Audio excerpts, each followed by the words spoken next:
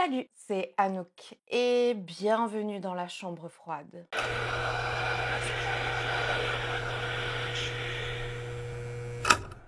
Dans cette vidéo, on se replonge dans le format 5-5.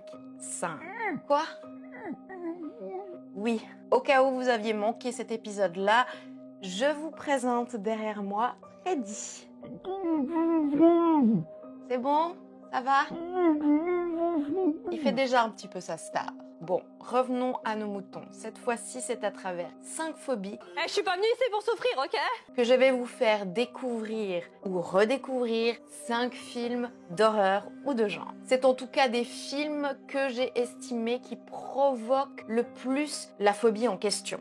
Ce sont des phobies que je n'ai pas pour être le plus juste possible. Mais ça reste ultra perso, ce n'est que mon humble avis. Vous savez, les avis, c'est comme les trous du cul. Tout le monde en a un. Mais bien sûr, si tu penses à un autre film pour la phobie donnée, dis-le moi en commentaire, ça m'intéresse. Attention, petit disclaimer, cette vidéo ne se moque absolument pas des phobies en question. Je sais que certaines peuvent vraiment gâcher la vie et que certaines personnes sont vraiment en souffrance. Et une intro pas trop longue, absolument pas. Bref, on passe à 5 phobies, 5 films. C'est parti.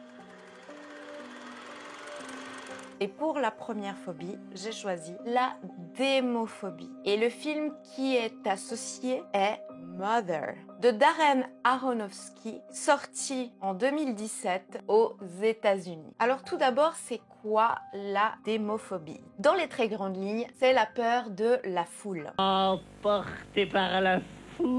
Dans ce film, on commence par suivre un couple qui vit paisiblement dans une grande et magnifique maison isolée dans une campagne. Leur vie va commencer à basculer lorsqu'un autre couple rentre dans leur cocon. Un film merveilleusement étouffant, peut-être surprenant pour cette phobie. Et j'ai choisi ce film pour cette phobie-là parce que, en vérité, je ne souffre pas du tout de cette phobie et personnellement, je me suis sentie si mal en voyant ce film. Il aurait pu d'ailleurs être dans la vidéo précédente que je vous conseille d'aller voir si ce n'est pas déjà fait. Car les personnes qui s'invitent chez ce couple va peu à peu prendre une place oppressante. Je me sentais comme dans une foule qui s'écrasait sur moi. Vraiment, mais tu suffoques. Mais c'est un film incroyable qui parle entre autres d'amour au sens large du terme, de confiance et de l'état de la nature actuelle. Interprété par la merveilleuse Jennifer Lawrence et l'incroyable Javier Bardem, mais aussi l'incroyable Michelle Pfeiffer et le très cool Ed Harris. Et bien sûr, ce film a une direction artistique et une mise en scène époustouflante. Bref, si tu es ultra mal à l'aise dans la foule ou une phobie sociale, ce film risque d'être difficile pour toi, mais il en vaut vraiment la peine. Pour la deuxième phobie, j'ai choisi l'acrophobie et le film qui s'associe le mieux à mon sens avec cette phobie-là, c'est Fall de Scott Mann, sorti en 2022 aux États-Unis. L'acrophobie, c'est la peur du vide, donc le vertige.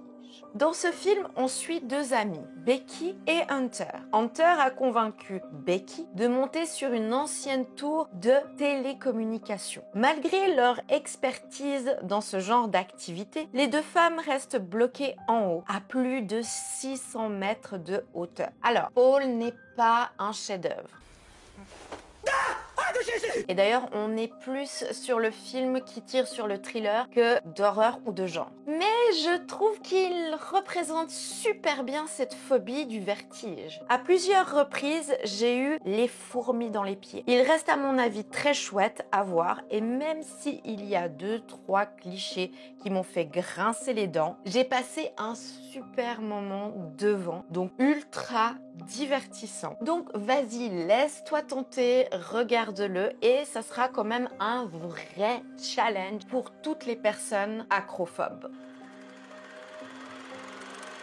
On passe à la troisième phobie et celle que j'ai choisie, c'est la dentophobie. Pour cette phobie-là, j'ai choisi le dentiste de Brian Yuzna, sorti en 1996 aux États-Unis. Donc je crois que tu as compris, la dentophobie, c'est la peur du dentiste. J'ai peur! T'es contente? Ici, on suit Dr. Finestone. Donc, tu l'auras deviné, un dentiste. Il va très rapidement commencer à péter une durite. Il va devenir parano et avoir des hallucinations. Et malheureusement, cela va vite déborder sur son travail. Alors, un film tout à fait léger et qui porte bien évidemment tous les clichés des années 90. Mais perso, j'adore ces films de ces années-là. Et celui-là en particulier, je le trouve ultra cool. Et puis bon, le film qui représente le mieux la dentophobie, oui c'est lui quoi. En plus avec le doublage en français que je te conseille, une vraie pépite. Du coup pour moi le dentiste est un parfait divertissement. Et franchement les effets spéciaux sont ultra bien foutus. Donc ça n'a pas trop mal vieilli en fait. Et les acteurs et les actrices sont parfaits, ils casent toutes les coches des clichés de ce genre d'année. Bref, un film qui fait super bien son taf. Donc si tu l'as pas vu et que tu kiffes la vibes des années 90, il est pour toi. Par contre, si t'as la vraie phobie du dentiste, ça risque d'être un peu chaud, mais challenging.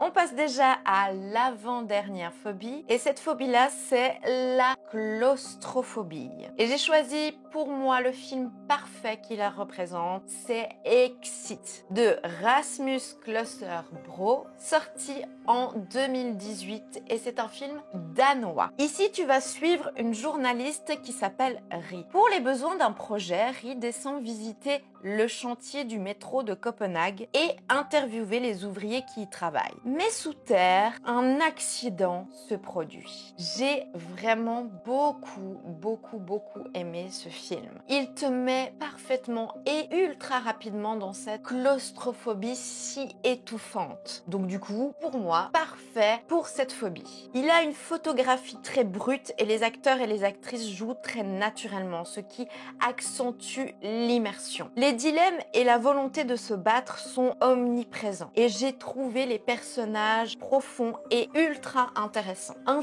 film sous haute tension qui mérite réellement d'être vu et qui sera d'autant plus intense, j'ose imaginer, si toi tu souffres de claustrophobie.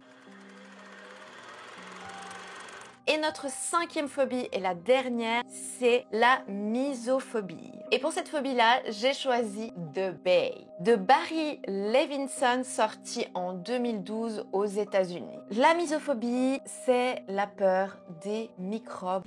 Je ne suis point malade ni folle dingo! Et d'être contaminé. On se retrouve dans une ville balnéaire et touristique américaine. Deux scientifiques s'y retrouvent pour signaler la présence d'une trop forte toxicité dans l'eau. Mais le maire décide de ne pas en parler pour éviter la panique. Mais très vite, des premiers symptômes étranges apparaissent chez certains habitants. Ici, on n'est pas sur le film de l'année, mais je l'ai trouvé très original pour ce genre de film qui est quand même très codifié et du coup parfait pour cette phobie des microbes. Et en plus, il est tourné comme un docu-fiction et tu sais que je suis assez friande de ce genre-là. Tout le monde s'en branle, moi le premier. Je trouve que de mélanger toutes sortes de supports numériques comme les appels visio, les caméras de surveillance, la caméra du smartphone, donne un super montage et une ambiance ultra cool. Mais pas que. Avec une touche d'humour, ce film s'amuse à se moquer du traitement journalistique et des œillères que la société se met sur l'état de notre planète.